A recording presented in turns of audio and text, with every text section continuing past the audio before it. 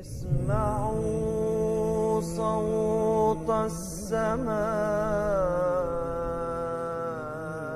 جاء المسيح جاء المسيح کہ تم یہودیوں کے خلق اور خو سے باز رہو، اور اگر کوئی مامور من اللہ تم میں پیدا ہو تو یہودیوں کی طرح اس کی ایذاء اور توہین اور تکفیر میں جلدی نہ کرو۔ ایسا نہ ہو کہ تم سچے کو جھوٹا ٹھہرا کر اور پھر طرح طرح کے دکھ اس کو دے کر اور بد زبانی سے اس کی آبرو ریزی کر کے یہودیوں کی طرح مورد غضب الہی ہو جاؤ۔ لیکن افسوس کہ اس امت کے لوگ بھی ہمیشہ ٹھوکر کھاتے رہے، اور انہوں نے بدقسمت یہودیوں کے قصوں سے کوئی عبرت حاصل نہیں کی۔ یہ کیسی عبرت پکڑنے کی بات تھی کہ یہودیوں کو ایلیا نبی کے واپس آنے کا وعدہ دیا گیا تھا، اور لکھا گیا تھا کہ جب تک ایلیا نہ آوے مسیح نہیں آئے گا۔ لیکن یہود نے کتب مقدسہ کے نصوص کے ظاہر معنی پر زور دے کر یہ عقیدہ اجماعی قائم کیا کہ در حقیقت ایلیا نبی کا ہی دوبارہ دنیا میں آنا ضروری ہے۔ اسی عقیدے کی روح سے وہ حضرت عیسیٰ علیہ السلام کو قبول نہ کر سکے، اور یہ حجت پیش کی کہ ایلیا اب تک وعدے کے موافق دوبارہ دنیا میں نہیں آیا، پھر مسیح کیسے آ گیا؟ اس ظاہر پرستی سے وہ بڑی مصیبت میں پڑے، اور در حقیقت ان کی تمام بدبختی کی یہی جڑ تھی کہ انہوں نے کتاب مقدس کے ایک استعارے کو حقیقت پر حمل کیا، اور ان کے تمام علماء کا اس پر اتفاق ہو گیا کہ مسیح نبی اللہ سے پہلے ایلیا کا دوبارہ دنیا میں آنا ضروری ہے۔ اور اس تعویل پر انہوں نے ٹھٹھا کیا کہ ایلیا سے مراد یوحنا یعنی یحییٰ نبی ہے، جو اپنے اندر ایلیا کی خو اور طبیعت رکھتا ہے، اور کہا کہ اگر یہ مطلب تھا کہ ایلیا نبی دنیا میں واپس نہیں آئے گا بلکہ اس کا مسیح آئے گا، تو خدا نے پیشگوئی میں یوں کیوں نہ فرمایا کہ مسیح سے پہلے ایلیا کا مسیح آئے گا۔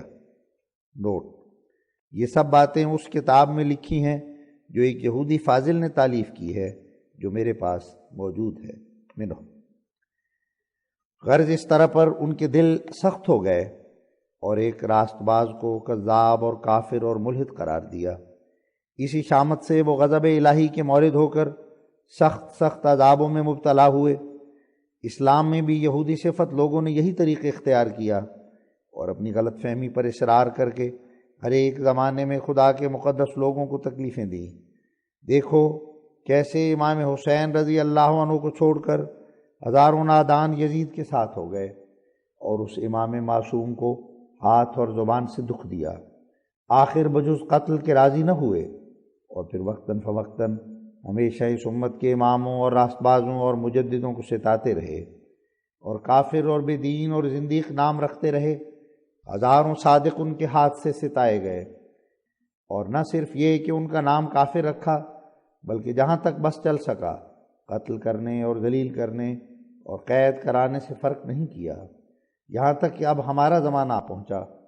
اور 13ویں صدی میں جا بجا خود وہ لوگ یہ واز کرتے تھے کہ 14ویں صدی میں امام مہدی یا مسیح موعود آئے گا، اور کم سے کم یہ کہ ایک بڑا مجدد پیدا ہوگا۔ لیکن جب 14ویں صدی کے سر پر وہ مجدد پیدا ہوا،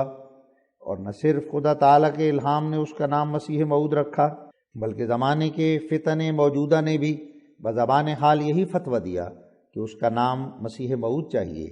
تو اس کی سخت تکذیب کی، اور جہاں تک ممکن تھا اس کو ایذا دی، اور طرح طرح کے ہیلوں اور مکروں سے اس کو ذلیل اور نابود کرنا چاہا۔ اور اگر خدا تعالیٰ کے فضل سے گورنمنٹ برطانیہ کی اس ملک ہند میں سلطنت نہ ہوتی تو مدت سے اس کو ٹکڑے ٹکڑے کر کے معدوم کر دیتے۔ اور یہ بات ظاہر تھی کہ یہ زمانہ ایمانی اور اعتقادی فتنوں کا زمانہ تھا، اور لاکھوں انسانوں کے اعتقاد توحید سے برگشتہ ہو کر مخلوق پرستی کی طرف جھک گئے تھے، اور زیادہ تر حصہ مخلوق پرستی کا جس پر زور دیا جاتا تھا وہ یہی تھا کہ صلیبی نجات کی حمایت میں قلموں اور زبانوں سے وہ کام لیا گیا تھا کہ اگر نسخہ عالم کے تمام صفحات میں تلاش کریں تو تائید باطل میں یہ سرگرمی کسی اور زمانے میں کبھی ثابت نہیں ہوگی۔ اور جبکہ صلیبی نجات کے حامیوں کی تحریریں انتہا درجے کی تیزی تک پہنچ گئی تھیں، اور اسلامی توحید اور نبی عربی خیر الرسول علیہ السلام کی عفت اور عزت اور حقانیت اور کتاب اللہ قرآن شریف کے من جانب اللہ ہونے پر کمال، ظلم اور تعدی سے حملے کیے گئے تھے، اور وہ بے جا حملے جن کتابوں اور رسالوں اور اخباروں میں کیے گئے